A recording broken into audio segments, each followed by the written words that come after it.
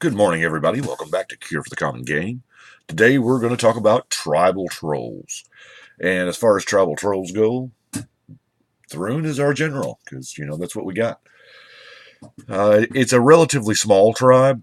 I believe there are 16.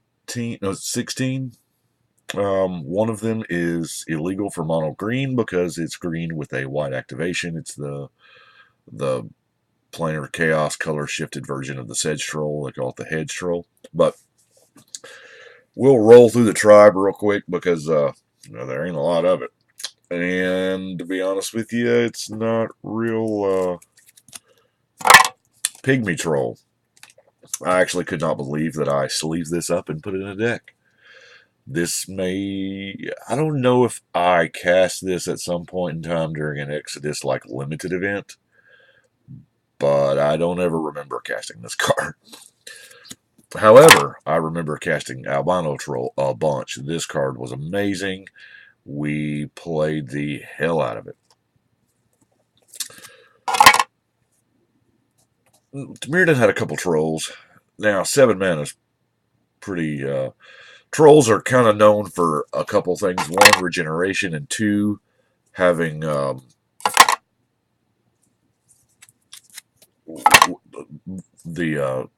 what used to be... We used to call it Troll Shroud back in the day. But Troll Shroud got renamed to Hexproof years ago because they come up with Hexproof because the popular belief was that that's how Shroud worked, because people couldn't believe that they couldn't target their own stuff. And that is the Troll Ascetic is the card that actually, I think it was the very first card that had Hexproof, and that is what led us all to, no, it has Troll Shroud. I can target it, but you can't. And that's how people thought Shroud worked in the beginning. So Wizards has slowly gone toward Hexproof and away from Shroud. The Grave Troll, to be honest with you, I like the dredge mechanic here. It's not because there's combo, it's just because there's not a whole lot of dudes. You can make besties with somebody and give them some flyers. As long as they don't attack you with them, that's fine. Mossbridge Troll. This one is probably my favorite troll ever, simply because, he just auto-regenerates, which is cool. But that's a colon down there. So for every 10 power, he gets another plus 20. Now, yeah, he ain't a trampoline, but I don't know. Maybe you've got your Warhammer on him, and that's really cool. And I feel like I had to cheat a little bit to put the best Mutant Ninja Turtle in there. Oh, Mutant Ninja Troll Turtle. Citizen. Cleric. The Kobold. Anyway. The Chameleon Colossus, the Pearl Black, is probably the most relevant line on there, because he does have a big old target on his head if you got a lot of mana. Now, that's it for the actual tribe. I'm playing some mono green, so let's look at the mono green stuff. Like I said, those little fairies that you handed out really aren't going to bother you if you've got the Raking Canopy out. His touches are Fast Bond. Then the card Resurgent. Now, we're not going to be drawing a whole lot of cards, but we will be getting some mana. And there's some pretty mana-intensive stuff, Epic Proportions is not cheap, but there's a certain aspect here of Voltron Commander. It's not a lot, but I had to go with some kind of win condition, and the fact that he does have Hexproof, Epic Proportions, Fire Shrieker, the Warhammer, Stratascythe,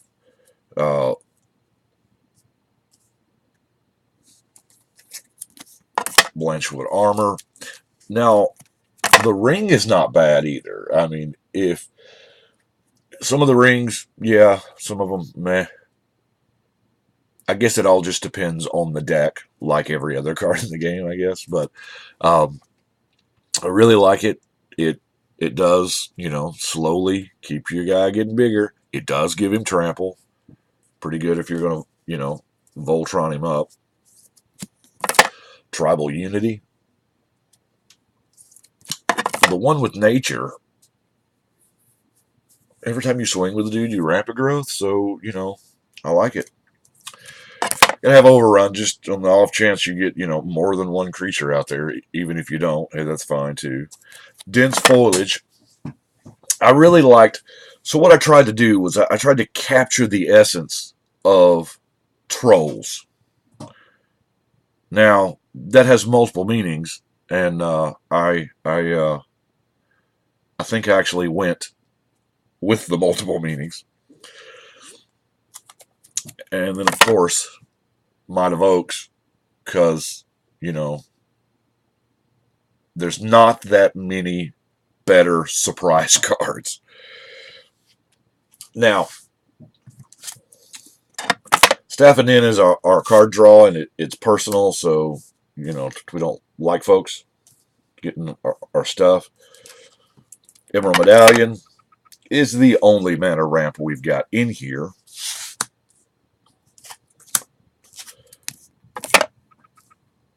Stormfront's a big deal. Now, I love me some Stormfront to tap down all those pesky flyers that we don't like, and the Glaring Spotlight takes care of the ones that have hexproof, so you don't have to worry about that. And when I say we don't like flyers, Hurricane, Clip Wings, Wing Snare, Plummet, we don't like flyers. It's almost like we're trying to troll the flyers. Oh, God, that was bad. I'm sorry. Primal Bellow is another good mono green card. Naturalize. Natural Obsolescence, I do not think gets enough love. I'll admit, when I saw it the first time, I was like, Darksteel Forge, you're gone. Because that's what it's so hard for green to get around that indestructible artifact. And this is how you do it. You just put that joker on the bottom and don't worry about it. Or you shuffle it in. So, got to revive to, because it's our regrowth. There's your artifacts you can't get back. But playing with the double meat, double cheese. Push these down. That's the problem with double sleeving. You get some air in there and it makes them thick. To repopulate, I think this is an example of a good cycling card. I really do. Because at any given time, it's not a dead draw. I like the offensive use of repopulate. Because it is an instant, and if somebody targets something with a rise from the grave or some kind of ability in response, it's kind of like you're almost trolling them. Anyway, Tranquility takes care of all the enchantments. Show me a better troll card than Tsunami. Stormseeker is that green direct damage that now I've been playing with Stormseeker for years in EDH, and there are times when it sits there and it's dead in your hand and it's a blank card.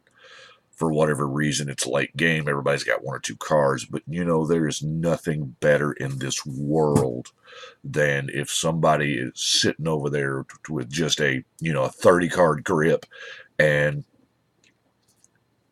you raw dog this off top of your deck, and I mean, it is beautiful. It is the feel-good moment for me when this card does work is way better than all of those feel-bad moments where it does nothing added together. The Bestiary just helps you draw the cards in case you do, draw one of your very, very few creatures. We got a little bit of removal with Bramble Crush, Desert Twister, Creeping Mold, and Beast Within.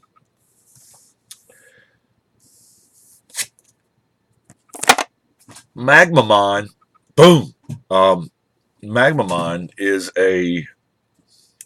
it's a good thing to have something to do with your mana in the late game, because I realize now I have not played this deck. I legit just finished this deck being built. So, but Magma Mine is good, I believe, because there's a time in the late game where you're top decking land, you don't need it, you have nothing to do with your mana. Just keep putting counters on the mine. If it's let go long enough, this card in and of itself will be a threat. Defense Grid keeps that blue player off your back. And Ugin's Nexus is your dang air pockets. Ugin's Nexus is your troll against that against what do they call it? Taking turns. I think the Taking Turns deck has a deck in every format, and we all know it. Hell, I think I've got one. Metamai, yeah. You haven't seen Metamai yet. We'll have to do that one. Now, had a little bit of room. Termite's Crypt. And this is getting kind of close. Let's see if we can't get some more space here. And the Elixir keeps you from milling out, as well as the Blessing. Now, I love the Blessing because my favorite thing to do is to put the cards back in there. And now, obviously, we want the Blessing to stay in the deck. But Enrico Lantern, or I'm sorry, Rito. Who the hell knows? I don't know. It's Kamigawa. It's not like anybody knows. That is what I have got for Tribal Trolls. I do appreciate you watching. This not one of the more particularly stronger decks, but it is a good, having fun, killing time. I mean, I played Tribal Beards last night, so this would be a strict upgrade to Tribal Beards. I do appreciate you watching. I thank you very much. But right now, we're going to shuffle and cut.